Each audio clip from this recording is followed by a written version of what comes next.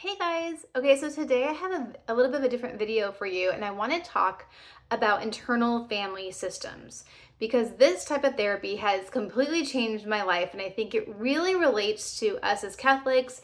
And I think that the mystics have given us a bit of a glimpse into this, interior castle specifically. And so today I just wanted to give a bit of an overview about internal family systems, what it looks like, how you can kind of dive into it, some Catholic resources for you to explore further. And I would love to know down in the comments if you have done any work with internal family systems, your parts, and let's get started. So, first of all, the way this works, I'm going to try to do this off the top of my head, is that you have yourself, your core self. And this is, like, I call it your saint self. It's the part of you that God intends to, you could say, actualize, but it's a part of you that, like, when fully regulated and fully integrated, just blossoms. And this is the part that feels the peace and joy of the Lord. This is the part of you that has no fear, no anxiety, no shame, none of that. It is like authentic, your authentic self. You can think of it that way too, especially if you're reading the parenting map like I am, and she talks about your authentic self. So this is like who you were if you had no wounds at all. You were just confident, and there's characteristics that everyone shares, and it's like compassionate and patient and creative and curious and playful. And so I'll share those in the description, the full list of your parts, the self and the aspects of yourself. And so you can kind of tell when you're in self because of how you're feeling, how you're interacting with the world. And I find that the empowered wife, practicing those skills, especially self-care, helps me become more and more in myself more often. However, you have other parts, and these are called protector parts. You can call them protector parts or manager parts. I just usually use the word protector for the gamut of parts. That these are the parts that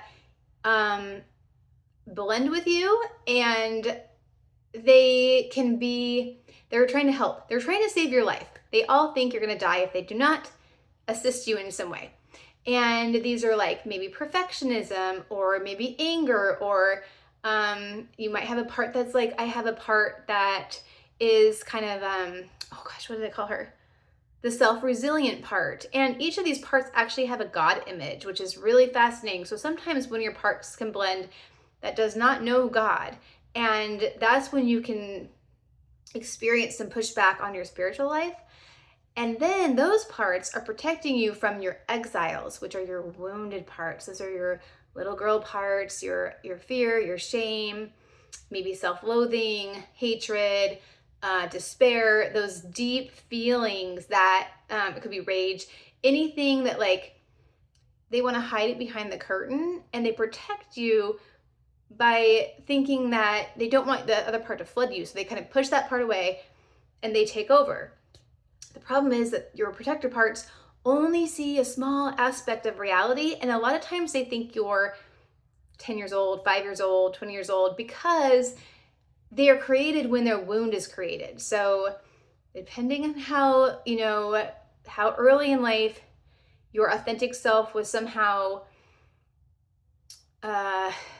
pushed aside, and you decided you needed to please your parents or somebody else, or you needed to fight to survive, whatever it is, the dynamic got created between your manager protector parts and these exiles.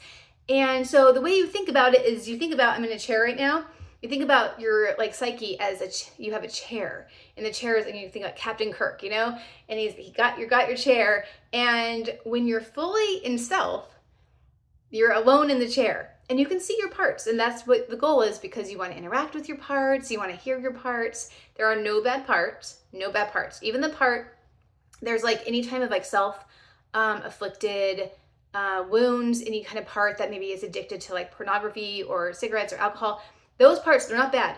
They aren't, we want to work with them, but they're not bad. They are literally trying to protect you. So anyway, they blend in with the chair, right? They kind of push over the self, and they go, hey, I'm going to sit down too. And the goal is to ask them to step aside so you can hear them and talk to them. And and find out, why they're doing what they're doing. And I love listening. Dr. Schwartz is the one who created parts, kind of developed this paradigm. And he talks about this woman came in and she was cutting herself, and he would like try to get her to understand that like that's not okay. And she would promise to not cut herself, and she'd come back and there'd be more cuts. And he's like, I just give up. I don't know what to do. And then the girl kind of broke down and said, I don't know what to do either. And it was like, he's like, who am I talking to right now? And it's not multiple personality disorders. It's like, it's not, because it's all you. It's just, it's like all those different voices in your head. It's like the part of you wants to move, but the other part of you wants to stay. There's the part of you that wants to like go out with friends, and the other part of you is like, oh, I just kind of want to stay home. Those are actually different parts. Like it's not, we don't have like just one solid brain. I mean, if you have ping-ponging thoughts all day, your parts are just really active.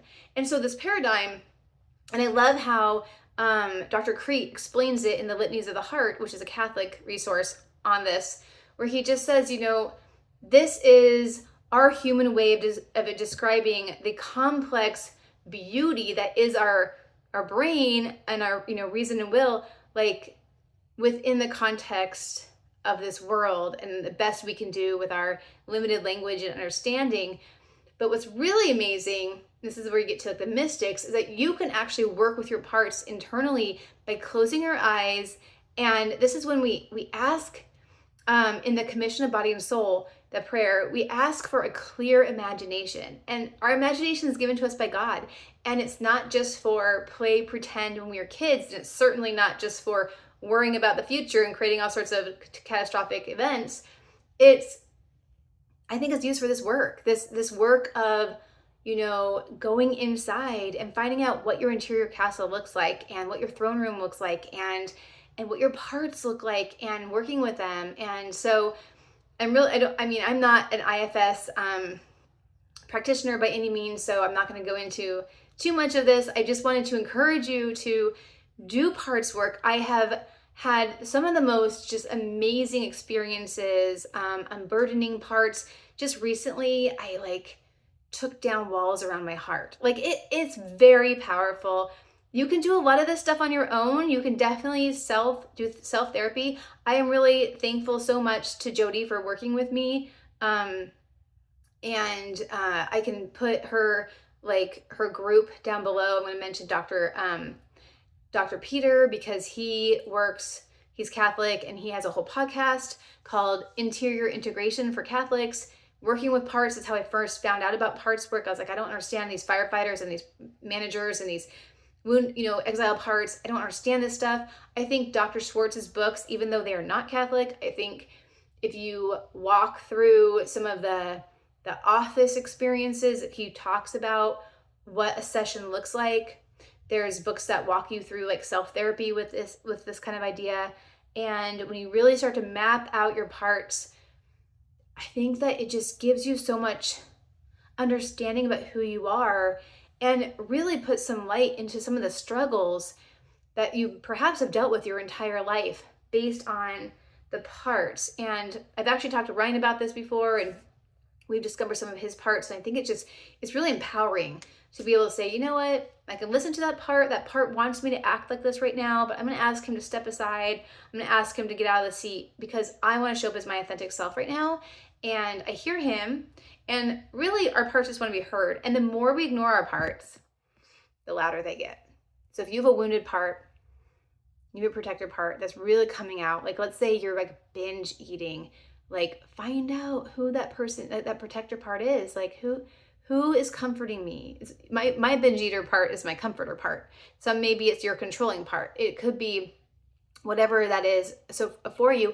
And then you ask that part, after talking to him for a while, if they'd be willing to step aside and show you who they're protecting you from, who they're kind of standing in front of. And, it could be fear, it could be shame, it could be just, it's some kind of wounded part that has such strong emotions. And this is where working with a practitioner is helpful, because those strong emotions can flood you, and you don't ever want to be flooded. So I've learned to ask my parts, hey, here I am. And the more they know you, the more they trust you. And I know it can sound really weird if you don't understand the paradigm, but once you start to do the work and you get to know your parts, it's very much like Inside Out, but like way more dynamic and diverse and more personalized, because it's not just feelings, it's memories, it's ways of, like I said, it's like a perfectionist part might be protecting a little girl part that didn't feel like she was good enough. And so that feeling of like unlovableness or unworthiness. And so the perfectionist part stepping in and saying, this is how we're going to be. We're just going to be perfect for everybody, for everything, which of course is not realistic, but they think that they're like keeping you alive by forcing you to be perfect. And meanwhile, you're miserable, right? And you're not showing up as your authentic self because your perfectionist part's like, I need to share the chair because I got to like make you do this stuff. So anyway, let's continue the conversation in the comments. If you made it this far, thank you. And I look forward to talking to you guys soon. And I'm going to schedule a live Zoom, and I'm trying to figure out a way to do it to where I can send out a passcode. So I think I'm going to set up a mailing list, and then I will ask you guys to join the mailing list. And I'm just going to trust everybody who joins the mailing list is like authentic to be there. And maybe someone I know will moderate, but I would love to do a live Zoom with you. We can talk about this. We can talk about homeschool. We can talk about anything, minimalism, whatever you guys want to talk about, Catholicism. We can chat, and I think it'd be super fun. And I'm gonna do it for like an hour, and I just need to pick a day and time, like soon, like July, like soon. And if only one person shows up, then we'll have an awesome conversation. And I don't plan on having it filmed. It's gonna just be whoever shows up, we have this great conversation, and it's over. And I'm not gonna record it. So I'm hoping that there's like a lot of authenticity that comes out because of that. So anyway, more to come on that. So look out. I'll set up, what is that? MailChimp. And I will put a link to sign up for the mailing list just so that you guys can get that code for the Zoom when it comes out. And then also, maybe I'll notify you guys when videos come out and stuff like that, because YouTube likes to hide things. Gotta love YouTube. Okay, you guys, Pax Christi, have a beautiful rest of your day. I hope you had a beautiful Independence Day, and I'll talk to you soon. Bye.